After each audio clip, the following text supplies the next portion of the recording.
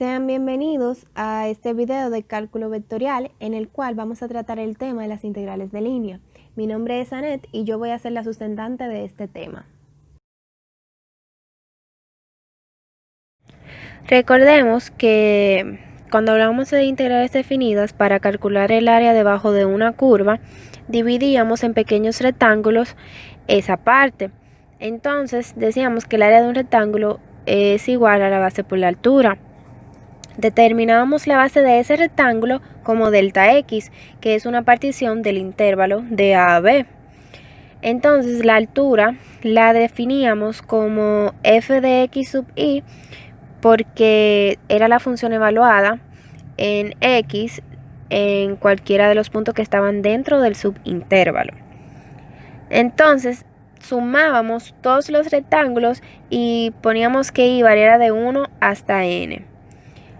Para tener una aproximación más cercana al área debajo de la curva, entonces decíamos que la norma tendiera a 0, o sea que los subintervalos fueran más pequeños, o evaluábamos más rectángulos haciendo que n tienda al infinito. Entonces calculábamos la suma de todos ellos, pues todos tenían longitudes diferentes, que al final nos quedaba la integral de a a b de f de x dx, que eso es lo que conocemos como la integral de Riemann, la cual se utiliza en planos bidimensionales para calcular el área debajo de una curva. Entonces, una forma de generalizar la integral definida se obtiene reemplazando el conjunto de AB, que son sus límites, sobre el cual integramos por conjuntos de dimensiones 2 y 3, que de aquí es que surgen las integrales dobles y triples que ya conocemos. Entonces, algo diferente pasa cuando en vez de reemplazar AB por dimensiones 2 y 3, lo reemplazamos por una curva C en el plano X y Y. La integral resultante sería una integral de línea, que esta curva debe de estar parametrizada. Y como ya dijimos, se trabaja en planos tridimensionales, a diferencia de las integrales definidas que se trabajan en planos bidimensionales.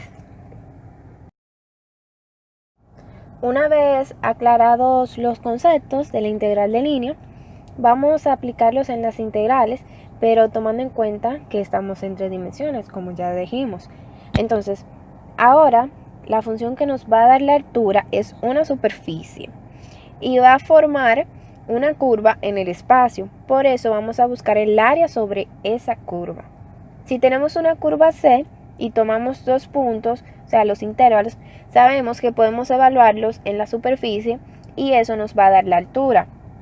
Lo que nos está formando la altura es la superficie que está sobre la curva. Podemos ver que nos quedan segmentos de rectángulos, o sea, como en las integrales definidas. Como queremos encontrar el área que está bajo la superficie, hacemos prácticamente lo mismo que hicimos.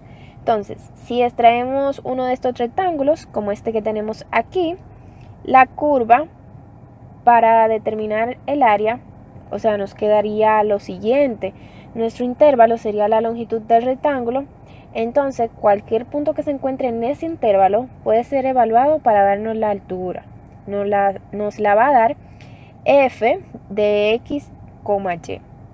Para encontrar la longitud, utilizamos la raíz cuadrada de delta x al cuadrado más delta de y al cuadrado.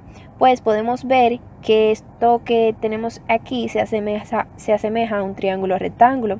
Entonces esta parte de aquí sería la hipotenusa y solo tenemos que sumar los catetos al cuadrado y ds, delta s, que sería la longitud de arco, si está al cuadrado y la despejamos, nos va a quedar así. Entonces decimos que el área de eso sería igual a esto que tenemos aquí.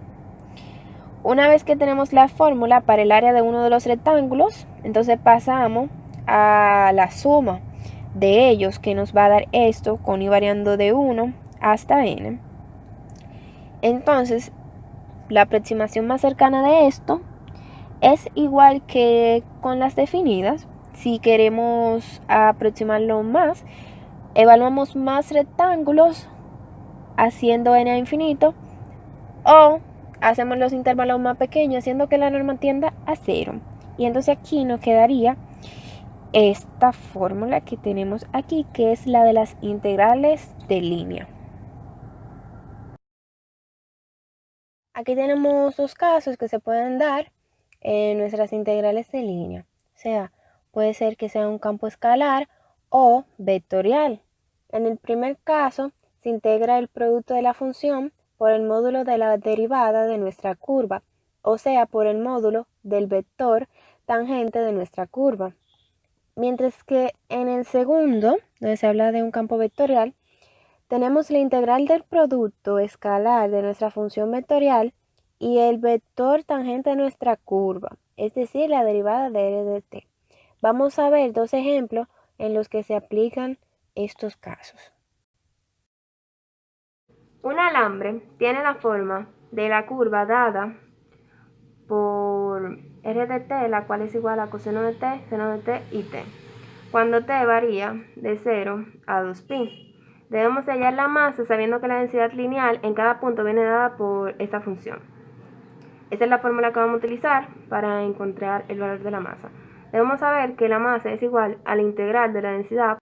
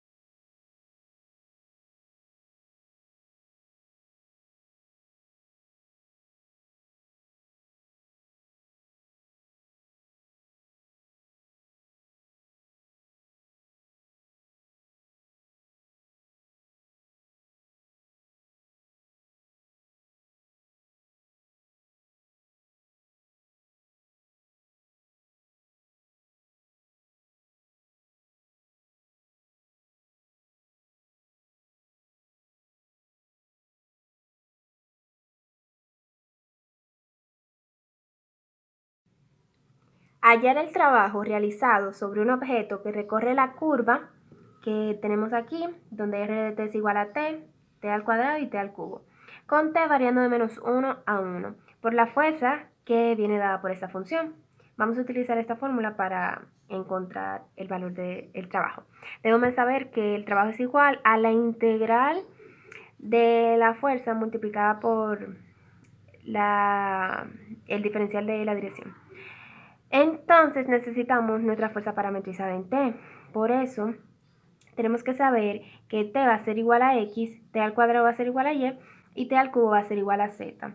Si sustituimos estos valores aquí, vamos a obtener lo siguiente. T por t al cuadrado, t al cuadrado por t al cubo y t por t al cubo. Entonces, si realizamos la operación, multiplicamos y sumamos los exponentes, vamos a obtener t al cubo, t a la 5 y t a la 4. Entonces, ahora necesitamos encontrar el vector tangente en cada punto, o sea, la derivada de la curva. Entonces, para eso, derivamos esto, que la derivada de t es 1, t al cuadrado 2t, y t al cubo es 3t al cuadrado. Ahora, integramos esto y esto. Lo ponemos dentro de nuestra integral, que ya tiene los límites. Entonces ponemos t al cubo por t a la 5, t a la 4. Entonces aquí 1, 2t y 3t al cuadrado y el diferencial de t. Entonces multiplicamos la componente, la primera con la primera, la segunda con la segunda y la tercera con la tercera. Y nos queda de la siguiente forma.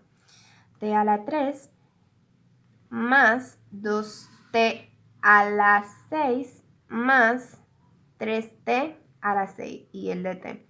Podemos sumar estas dos porque tienen el mismo exponente. Entonces nos quedaría t al cubo más 5t a la 6 de t.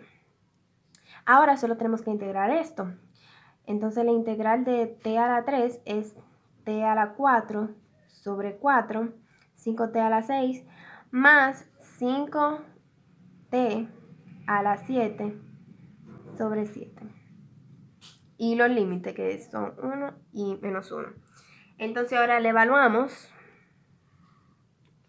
el límite superior, que es 1. Entonces sustituimos más 5 por 1 a la 7 sobre 7. Entonces, al límite superior le restamos el límite inferior, que es menos 1. Entonces sería menos 1 a la 4 sobre 4, más 5 por menos 1 a la 7 sobre 7. Aquí, si resolvemos la operación de las fracciones que están dentro, nos quedan, y elevamos, nos queda 27 sobre 28, más de aquí, menos por menos más, 13 sobre 28. Como tienen el mismo denominador, solo tenemos que sumar el numerador. Entonces eso sería igual a 40 sobre 28. Lo podemos simplificar, mitad de 40, 20, mitad de 28, 14, mitad de 14, 7 y mitad de 20, 10. Nuestro resultado final sería 10 sobre 7. Y como es trabajo, se mide en joules.